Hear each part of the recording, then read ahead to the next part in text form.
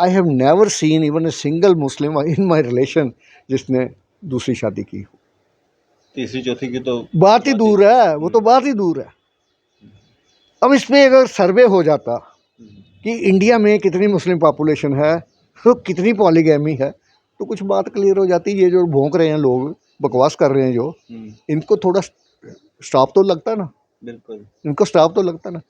अब अगर uniform civil code आएगा तो आर्य समाजी टच होंगे, क्रिश्चियंस टच होंगे, पारसी टच होंगे, हिंदूज टच होंगे, आदिवासी टच होंगे, मुस्लिम शरीयत लॉ टच होगा, तो सब टच होंगे। जो टच करेंगे वो आप देख रहे हैं न्यूज़ सैर इंडिया और मैं हूं अरफाज अमडैंग। आज पूरे देश में एक मुद्दा बना हुआ है यूसीसी।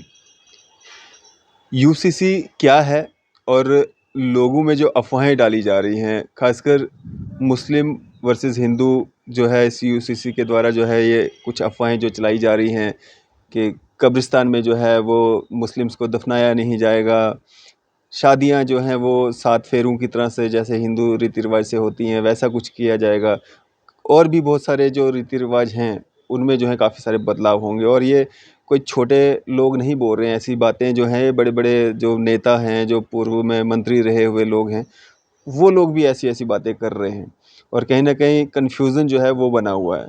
इसी सब पे हमारे साथ बातचीत करने के लिए मौजूद हैं डॉक्टर प्रेम शर्मा जी। इनसे जानने की कोशिश करेंगे आखिर ये यूसीसी है क्या, और सरकार जो ड्राफ्ट लाने जा रही है क्या कुछ हो सकता है उसमें, और सरकार को क्या कुछ और करना चाहिए इसमें।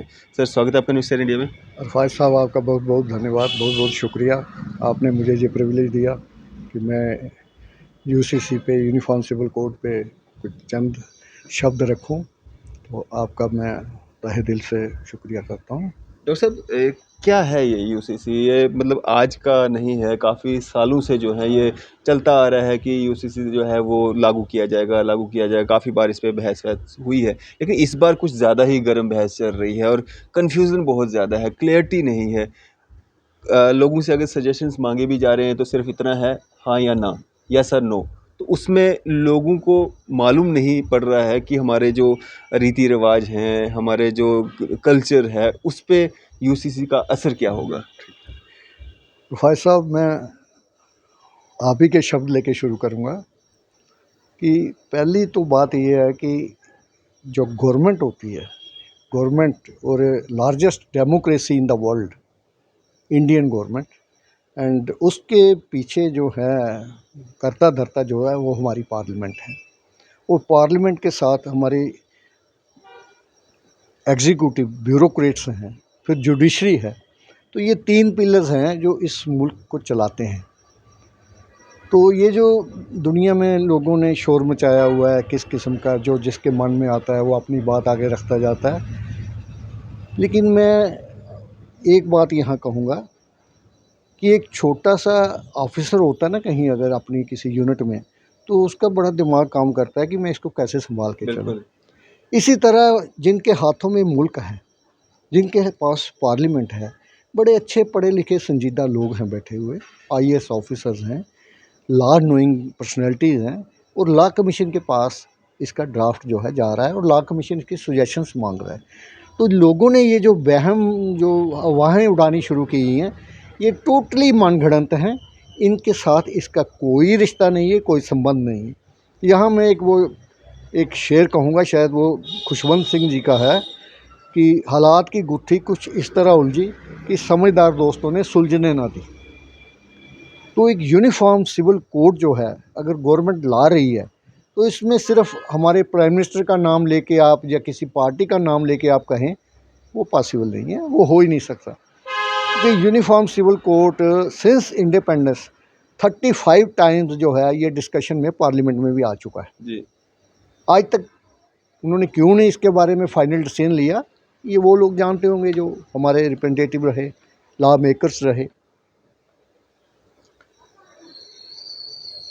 अब जब यूनिफॉर्म सिविल कोड की बात चली है, तो जैसे आपने कहा कि यस और नो में पढ़े लिखे लोग जो हैं वो भी ऐसी बातें कर रहे हैं कि आप बताइए, ग्रुप्स में डाल रहे हैं, एक व्हाट्सएप चला हुआ है उसमें डाल रहे हैं यस और नो, यस और नो। पहले आपको मालूम होना चाहिए कि आप क्या कह रहे हैं, क्या सुन रहे हैं और क्या होने वाला है। अब what is uniform civil code? आपने बहुत अच्छा सवाल किया। Uniform civil code, it is a effort कहिए आप इसको, to create a uniform civil law irrespective of the religion, to be abided by all the citizens of the country. अब इसमें जब ये बात आती है कि यूनिफॉर्म सिविल कोड, तो रिलीजन शब्द तो कहीं नहीं ना आया, सिविल कोड शब्द आया ना, रिलीजन शब्द तो कहीं नहीं आया। इसकी बैकग्राउंड में अगर हम आज कहें, जैसे शुरू हो गया है बवाल मचाना, लोगों ने शुरू किया है। हमारी जो कॉन्स्टिट्यूशन ऑफ इंडिया है उसमें हमारा एक directive principles of state policy है। Directive principles of state policy में पार्ट 4 में सेक्शन 44 है। वो section 44 says state is has responsibility to create a uniform civil code for all the citizen of the country. It is there in the constitution. फिर अब इसकी शुरुआत आगे कहाँ से शुरू हुई? 35 टाइम्स तो पार्लियामेंट में डिस्कशन इसकी ऑलरेडी हो चुकी है। 1985 में शाहबानो केस बड़ा मशहूर हुआ। एक मुस्लिम लेडी थी जिनका मैरिज डिस्प्यूट हुआ, फिर उनका डाइवोर्स हुआ एंड एज़ पर शरीयत लॉ उनको जो मेहर मिलना था वो उनको मिल गया। She went to court of law, और वहाँ फिर हाई कोर्ट ने, जब किसी बड़ी कोर्ट ने उनके फेवर में जो उन्होंने मेंटेनेंस डिमांड की थी अपने हस्बैंड से, ही वॉज ए लायर, उन्होंने that court awarded that maintenance to that lady Shahbano, तलाक के बाद भी। तलाक के बाद। एंड वो लायर जो थे उसके husband, he went to supreme court, उन्होंने सुप्रीम कोर्ट में प्ली दी कि I have satisfied all the conditions under Muslim Shariat law. वो जो मेहर था वो मैंने सारी कंडीशंस पूरी कर दी, अब इसके आगे मैं क्या करूं? Then Supreme Court did not touch the Shariat law, that did not interfere with the Shariat law.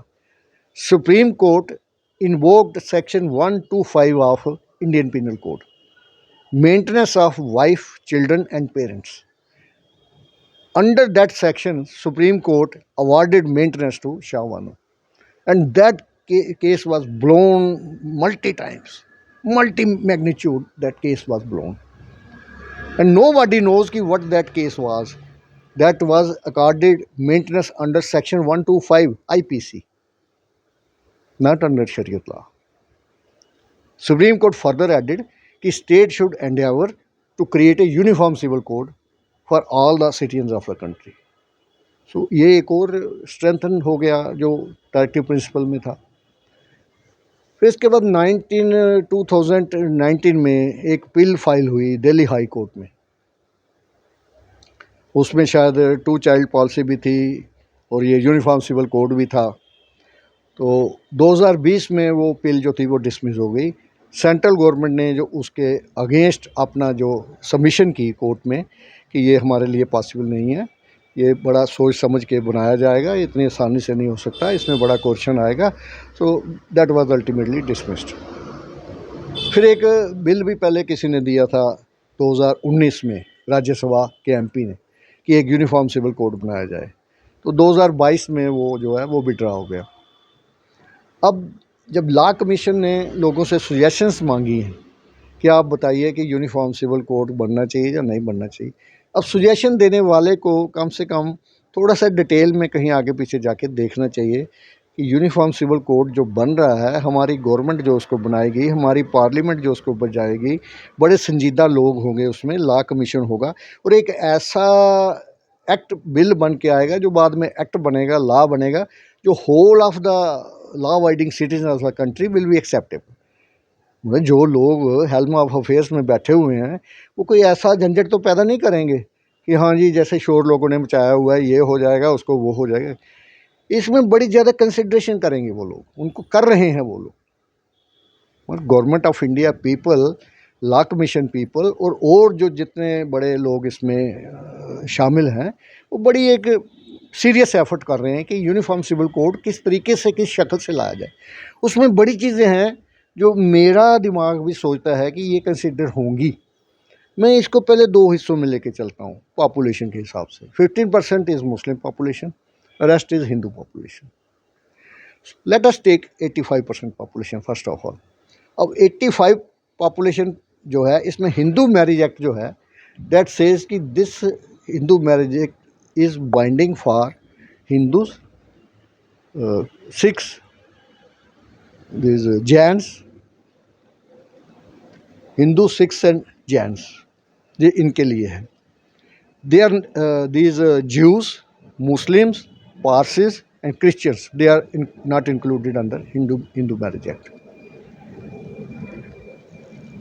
अब हिंदू मैरिज एक्ट के अलावा 2012 में पार्लियामेंट ने एक एक्ट पास किया, Anand Karaj Act, solely for Sikh community under the presidentship of Pratibha बहन पटेल।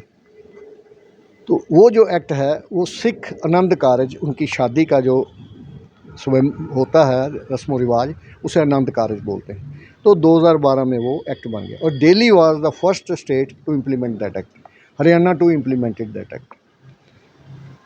फिर इसी तरह अंग्रेज़ों के टाइम के कुछ लॉज बने हुए हैं, जैसे उसमें शरीयत लॉ है 1937 का, मुस्लिम पर्सनल लॉ।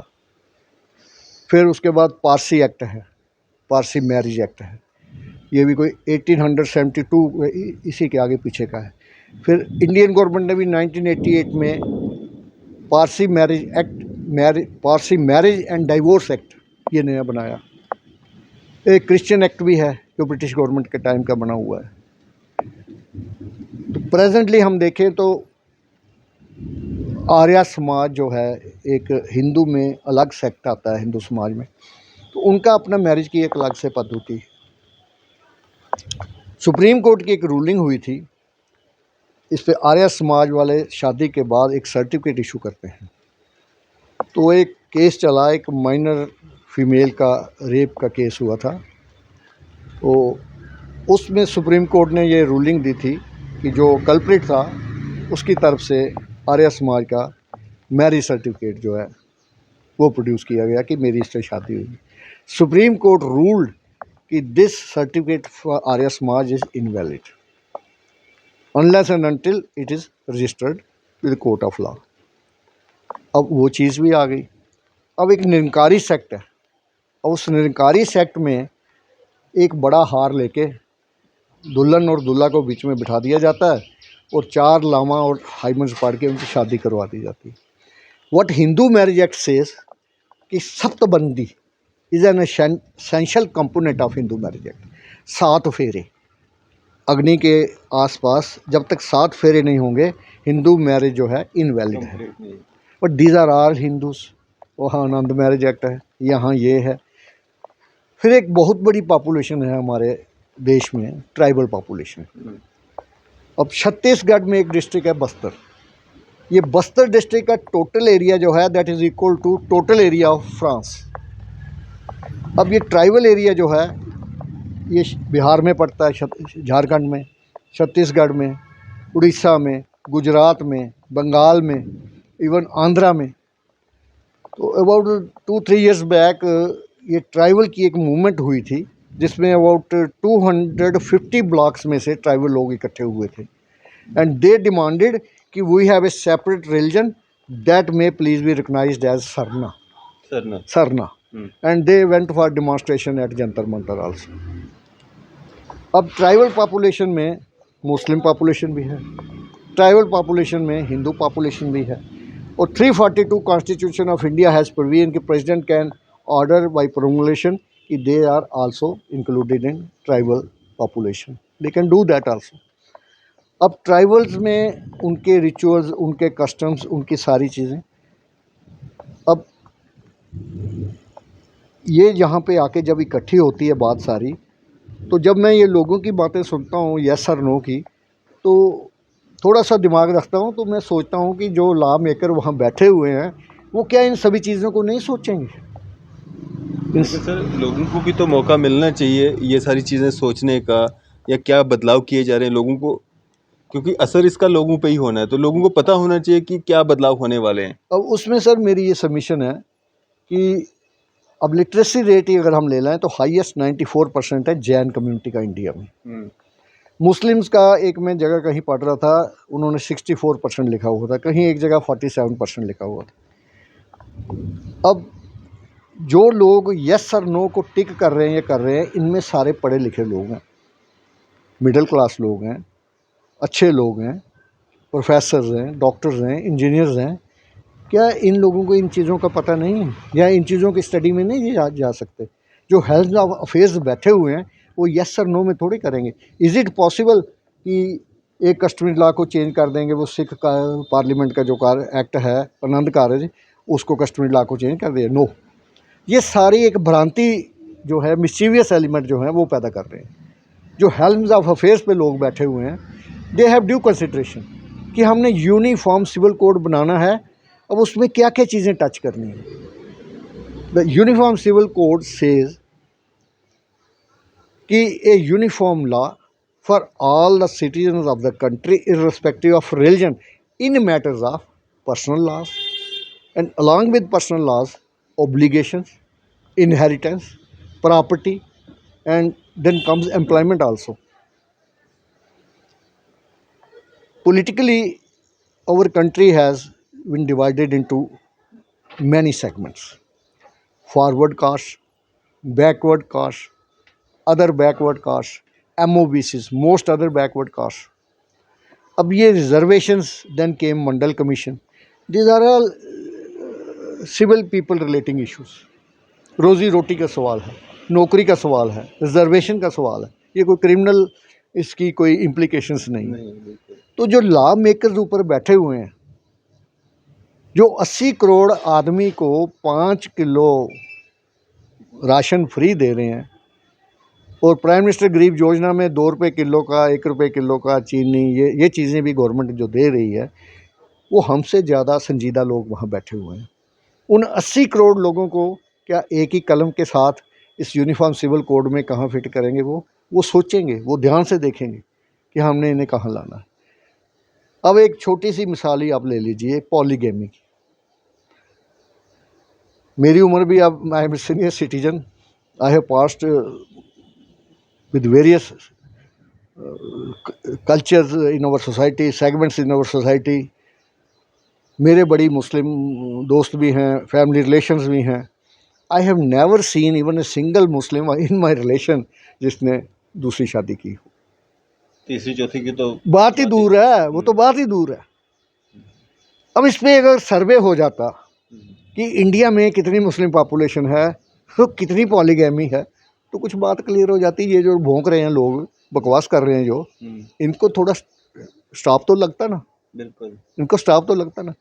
अब अगर यूनिफॉर्म सिविल कोड आएगा तो आर्य समाजी टच होंगे, क्रिश्चियंस टच होंगे, पारसी टच होंगे, हिंदूज टच होंगे, आदिवासी टच होंगे, मुस्लिम शरीयत लॉ टच होगा, तो सब टच होंगे। जो टच करेंगे वो बैठे हुए हैं, वो दिमाग रखते हैं, पढ़े लिखे सोच हैं, वो किसी का वो अहित नहीं करेंगे कि हम अगर कहीं 7 फेरे की कोई बात चल रही है तो हम उसको 2.5 फेरे कर लेंगे। Is it possible? नेवर। तो इन चीज़ों के साथ जो बात आगे चलेगी यूनिफॉर्म सिविल कोड के साथ, ये हमारी तरफ से चाहे सुजेशन जाए या कुछ जाए, ये लोगों को एक मैसेज आना चाहिए कि जो यूनिफॉर्म सिविल कोड आ रहा है, it is not only for personal laws, there are many other things. अब ऑब्लिगेशंस आ गई। अब ऑब्लिगेशन में शाहवानो केस में सुप्रीम कोर्ट ने 125 इंडियन पिनल कोड का सहारा लेके उसको मेंटेनेंस प्रोवाइड की। अब शरीयत लॉ में अगर मेंटेनेंस नहीं है, तो अगर यूनिफॉर्म सिविल कोड बन जाता है तो उसमें मेंटेनेंस प्रोवाइड की जाती है, तो इसमें क्या इतराज़ है किसी को? आप किसी की दुखती राग को छेड़ोगे तो फिर तो इतराज़ ज़रूर होगा। अच्छी कोई नौबत लेके जब ये बिल आएगा तभी लोगों को पता चल सकेगा कि असलियत में ये क्या हो रहा है। तो डॉक्टर साहब, कितना आसान रहेगा जिन देशों में यूसीसी है, वहाँ पे 1 या 2 कम्युनिटीज़ के लोग होते हैं, तो अगर हम भारत देश की बात करेंगे, यहाँ पे मल्टी रिलीजन्स के लोग रहते हैं, तो कितना आसान रहेगा यहाँ पे यूसीसी को इंट्रोड्यूस करना, ड्राफ्ट लाना, सारा सिस्टम, मतलब लोग उसको किस तरह से मानेंगे? अब इसमें सर मेरी ये सबमिशन है मेरी ये सबमिशन है कि अब यूनिफॉर्म सिविल कोड जब डायरेक्टिव प्रिंसिपल में स्टेट के ऊपर एक रिस्पॉन्सिबिलिटी फिक्स की गई है, personal laws is one part of that uniform civil code. There are many other issues. उसमें जैसे एक एक्ट बना हुआ है welfare of parents and senior citizens. अब शरीयत लॉ में भी है, और क्रिश्चियन में भी होगा ज़रूर, बुद्धिस्ट में भी होगा ज़रूर। अब अगर इस चीज़ को एक ट्रिब्यूनल के हवाले कर दिया गया है कि वो ट्रिब्यूनल इसको देखेगा, तो मेरी ये सजेशन है कि लॉ कमीशन पे ये सजेशन जाए कि जब ऑब्लिगेशन की बात आती है तो सिर्फ मेहर और डाइवोर्स की मेंटेनेंस पे बात ना जाए, यहाँ भी बात आए। अब सीनियर सिटीजन्स का, और जब आपने दूसरी कंट्रीज़ की बात की है तो कई कंट्रीज़ के बारे में हम सुनते हैं कि सीनियर सिटीजन्स को क्या इंसेंटिव्स हैं। बिल्कुल, बहुत इंसेंटिव्स हैं। बिल्कुल। इंडिया में रेलवे की कंसेशन थी, वो भी बंद हो गई है। किसी बैंक में जाए वहाँ भी धक्के लगते हैं। अब तो पेंशन भी बंद हो गई है बहुत सारे लोगों की। पेंशन भी सबके इस टाइम जम्मू कश्मीर में बंद है, वो दोबारा से हो रहा है। ओल्ड एज आदमी, लेडी 75 साल की, 80 साल की, जिसको लिखना नहीं पढ़ना नहीं आता, वो दोबारा अपने डॉक्यूमेंट्स बना रही है, बिल्कुल। राशन कार्ड नया बना रही है, वो बना रही है। अब एक कॉमन सिविल कोड, एक सिविल अथॉरिटी बन जाए जिसमें इससे से ऊपर लोग जाएंगे, तो उनका जो है रिड्रेसल ग्रीवांस वहीं हो जाएगा, वो ट्रिब्यूनल में जाएगा। मैं आपको एक एग्जांपल देता हूँ।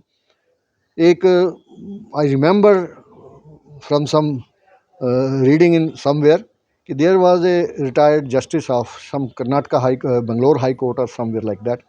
तो उनका अपने बेटे के साथ कोई झगड़ा हो गया, तो they were ousted from their house, so they went from this place to that way. अब जैसे आप आज मुझे पूछो कि जम्मू में सीनियर ये वेलफेयर जो एक्ट है, parents and senior citizen welfare act, इसका ट्रिब्यूनल कहाँ है मुझे भी नहीं मालूम है, इसका ऑफिसर कौन है मुझे भी नहीं मालूम है, इसका प्रोसीजर क्या है मुझे भी नहीं मालूम। वो बेचारा थक हार के he went to high court. High court dismissed his application with the direction to go and approach the tribunal. अब जम्मू कश्मीर में 2019 से ह्यूमन राइट्स कमीशन जो है वो डिसबैंड हो चुका है। क्या ह्यूमन राइट्स वायलेशन नहीं हो रही? दे कम अंडर सिविल कोड। इंसानियत हुकूक अगर कहीं टूटेंगे तो इन चीज़ों को भी तो इसमें यूनिफॉर्म सिविल कोड में लाया जाए कि डिफरेंट जगहों पे जाने के बजाय जैसे सिंगल विंडो सिस्टम बनता है, उस सिंगल विंडो सिस्टम में सारी चीज़ें ठीक हो जाएं। आप ये जो शोर मचाया हुआ है, या फेसबुक के ऊपर गवर्नमेंट लॉ बना देती है कि कोई ऐसी पोस्ट नहीं करेगा, ये भी इस टाइम बड़ा ज़रूरी है। इट इज़ अटमोस्ट नेसेसरी कि government should issue some ordinance के टाइप का लेजिस्लेशन भेजा जाए कि हम यूनिफॉर्म सिविल कोड बनाने जा रहे हैं, जो लोग गलत हवा में उड़ाएंगे उनके खिलाफ कार्रवाई होगी। बिल्कुल, क्योंकि government is going to take a very thoughtful action which will favour whole of the citizen of the country. अब जैसे ये शोर भी मचा हुआ है जी, 2 चाइल्ड थ्योरी आ जाएगी, 2 चाइल्ड के ऊपर बैन लग जाएगा जी। ये मध्य प्रदेश में 2001 में शुरू हुआ था। वो किन पे लागू होता था? जिसके 2 बच्चे से तीसरा हो गया, वो उसको पता नहीं इंक्रीमेंट नहीं मिलेगा, नौकरी नहीं मिलेगी, 2 बच्चे से नीचे वाले को नौकरी मिलेगी। अब आप 140 करोड़ में कितने परसेंट हैं सरकारी नौकरी वाले? 1% या 1.5% हो गए। आप किसको टच करेंगे उसके साथ? जो 80 करोड़ जिनको आप राशन दे रहे हैं, वो 2 बच्चे वालों का सर्वे हुआ है क्या? उनका सबका बंद हो जाएगा। आगे भी तो ज़रूरत पड़ेगी ना प्राइम मिनिस्टर गरीब रोजगार योजना की, आगे भी तो ज़रूरत पड़ेगी। तो ये चीज़ें सारी जो हैं, ये लॉ कमीशन के जो ऊपर हमारे लोग बैठे हुए हैं, ये सब उनके नॉलेज में है कि हमने एक यूनिफॉर्म सिविल कोड बनाना है और किन किन मुद्दों को टच करना है। इसमें ये ज़रूरी नहीं है कि सिर्फ पर्सनल लॉज को ही टच किया जाएगा। It is impossible, next to impossible. So ये जो लोगों ने अफवाहें उड़ाई हुई हैं कि मुस्लिम लॉ को ऐसा कर दिया जाएगा, शरीयत लॉ को वो कर दिया जाएगा, इट इज़ नेवर पॉसिबल। ये कभी हो ही नहीं सकता, क्योंकि जो समझदार लोग बैठे होते हैं, जो लॉ बनाते हैं, अभी तो हमारे अबाउट मोर देन 200 लॉज जो हैं ब्रिटिश टाइम के बने हुए हैं। तो पिछली गवर्नमेंट जो 70 साल रही, या 65 साल रही, या 60 साल रही, हम उनको क्या कहें या इनको क्या कहें? इन्होंने क्यों नहीं रिव्यू किए वो लॉ? अब जब यूनिफॉर्म सिविल एक्ट की बात आ रही है तो कितने लॉज मैंने आपको गिना दिए जो पड़े हुए हैं। और 1937 का जो शरीयत लॉ है, ये पर्सनल लॉ के आगे चैरिटीज़ के लिए भी है, इनहेरिटेंस के लिए भी है, मेंटेनेंस भी मेहर रखी हुई है उन्होंने जैसे भी रखी हुई है। अब इसमें अगर कोई सिविल कोड की बात आती है तो कोई भी जो है ऐसी बात नहीं होगी इसमें यूनिफॉर्म सिविल कोड में कि जिससे किसी का कोई फंडामेंटल राइट जो है कस्टमरी लॉ में या वहाँ जाके कहीं किसी का वो हिंड्रेंस हो जाएगी उसमें। मुझे नहीं लगता ऐसा होने वाला है, ये सिर्फ लोगों की अफवाहें हैं। सर, आम जनता के लिए क्या एक मैसेज देना चाहेंगे आप? आम जनता के लिए मेरा यही मैसेज है कि इंस्टेड ऑफ डूइंग यस और no, please come out with your own thought. आप क्या चाहते हैं? जैसे सुप्रीम कोर्ट ने शाह बानो केस में सेक्शन 125 आईपीसी की बुनियाद पे शाह बानो को मेंटेनेंस दे दी, और आज तक लोगों में यही मशहूर है कि शाह बानो केस हुआ, शाह बानो केस हुआ, मुस्लिम लॉ के अगेंस्ट हुआ, मुस्लिम लॉ के अगेंस्ट हुआ ही नहीं, शरीयत लॉ के अगेंस्ट हुआ ही नहीं। सुप्रीम कोर्ट ने 125 आईपीसी के तहत उसको मेंटेनेंस प्रोवाइड कर दी, और विद दिस डायरेक्शन कि government should go for a uniform civil code. अगर हिंदू मैरिज लॉ में मेंटेनेंस का प्रोविजन है तो आप उनको भी प्रोवाइड करो। तो इसमें मेरे ख्याल में मुस्लिम किसी भी कम्युनिटी को, किसी भी अलग इसको, इनके जो मौलाना होंगे या सीनियर लीडर होंगे किसी को इतराज़ नहीं होगा। अब इसी तरह 125 के साथ ही मैं एक चीज़ और ऐड करूँगा, कोई ऐसा लॉ जहाँ जैसे सुप्रीम कोर्ट ने आईपीसी की बुनियाद के ऊपर उसको दिया, उस ये डायरेक्शन दी, यहाँ मैं ये रिक्वेस्ट करूँगा कि मेरी ये सजेशन है कि एक और लॉ है डोमेस्टिक वायलेंस एक्ट इंडिया में, जिसमें ग्रीवांस कंप्लेनेंट जो है इट इज़ ओनली फीमेल। पहले ये पर्सन था कि एनी एग्रीव्ड पर्सन, तो दैट टाइम एक किसी हाई कोर्ट ने एक डिसीजन दे दिया किसी मेल एप्लीकेंट के फेवर में, then that was nullified and it was substituted, person was substituted by female. तो जाति तो मेल के साथ भी होती है, बिल्कुल मेल के साथ भी होती है। हस्बैंड वाइफ जो रिलेशंस हैं ज़रूरी नहीं है कि फीमेल्स ही हैं। अब बूढ़े माँ बाप होगा अगर, तो बहू उसके साथ अगर जुल्म करेगी तो वो कहाँ जाएगा? बिल्कुल वो कहाँ जाएगा? तो ये इसी के सहारे के ऊपर इसको भी सिविल कोड में लाया जाना चाहिए, इन प्रोविजंस को भी, मतलब बाकी डिफरेंट लॉज को भी इसके साथ जोड़ा जाना चाहिए। यहाँ सिविल राइट्स की बात बनती है। सो मेरी यही सजेशन है आम जनता के साथ, पब्लिक के साथ, कि कोई भी मिसगिविंग, मिस इन्फॉर्मेशन जो है उसको आपने वेलकम नहीं करना है। आप अपनी तरफ से अपनी एक सजेशन को लाके बताइए कि अगर उनकी जगह, लॉ मेकर्स की जगह, पार्लियामेंटेरियंस की जगह आप लोग हो तो आप क्या करोगे? आपकी क्या सोच है? आप क्या कर लोगे, मुझे बताओ आप। अब आनंद कारज मैरिज एक्ट है, और इसके साथ जो 10-11 और एक्ट हैं ब्रिटिश टाइम के बने हुए जो कोई पर्सनल लॉज को डील करते हैं।